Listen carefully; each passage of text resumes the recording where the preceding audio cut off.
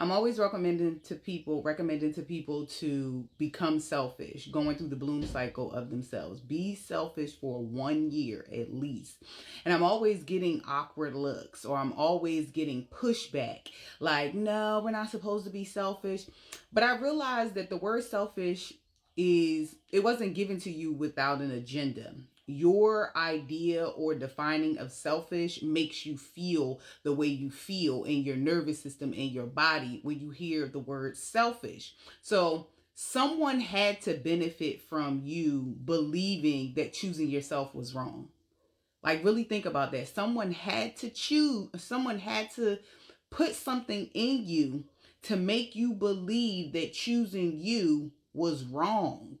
And I'm going to tell you why. I'm going to tell you who exactly it was and how it was put into your body as a part of your belief system. So I started doing a little investigation on the word selfish, right? So the word selfish functions as a behavioral correction tool. And I was like, what?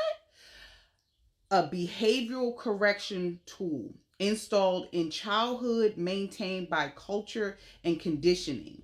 It's a shame-based corrective.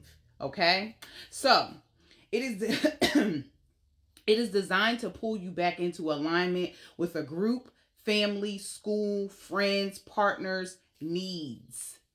Let me say that again. It is designed to pull you back into alignment with a group, and examples are family, your school, your friends, these environments, your partner, etc. Those people or those groups' needs, okay? It is weaponized guilt. Weaponized guilt is an internal conflict, meaning you're warring with yourself. You're literally warring with yourself because you're not choosing yourself. Created this war between you and you.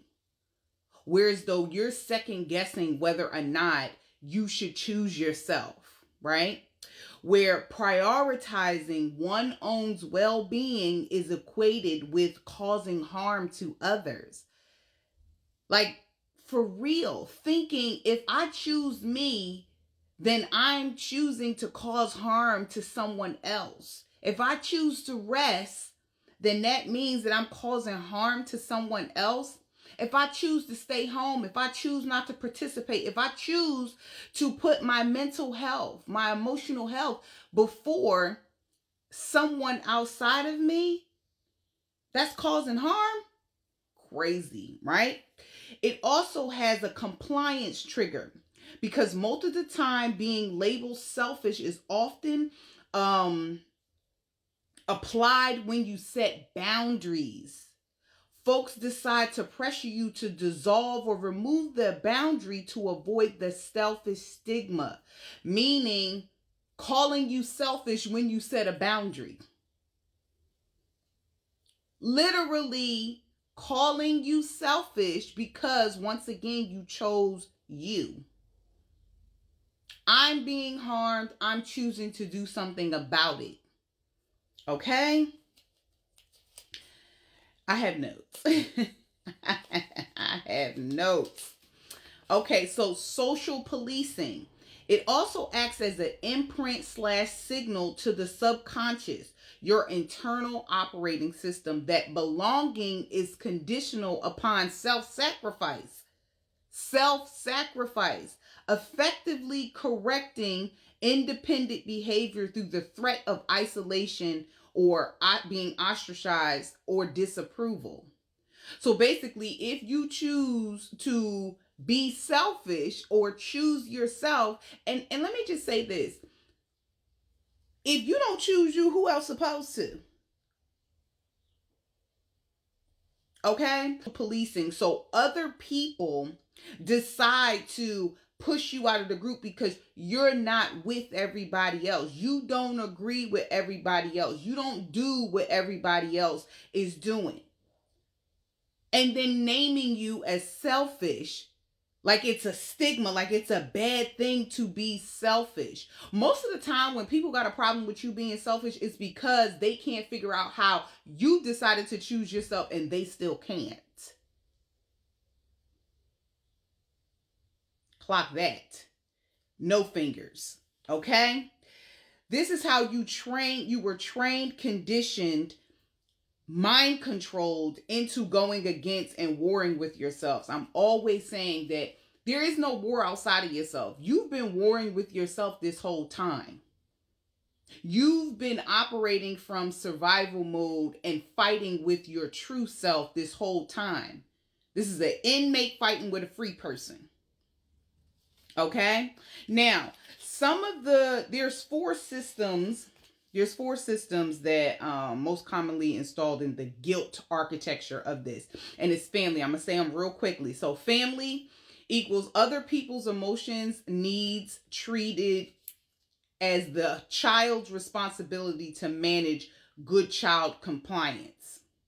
Okay? Selfish was a behavioral correction tool installed during childhood. So the family makes the child believe that it is responsible to manage other people's emotions, and then in turn makes you compliant because you didn't choose yourself. I know it sounds weird, but if you coming from the space of a child in their own identity and having to change the way they feel about something in order to make mama happy or make dada happy.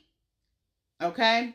The other one is religious slash culture, selflessness as a divine virtue, self-sacrifice as the highest expression of love. So the only person that can be selfish is the divine or something that's a quote unquote higher than you.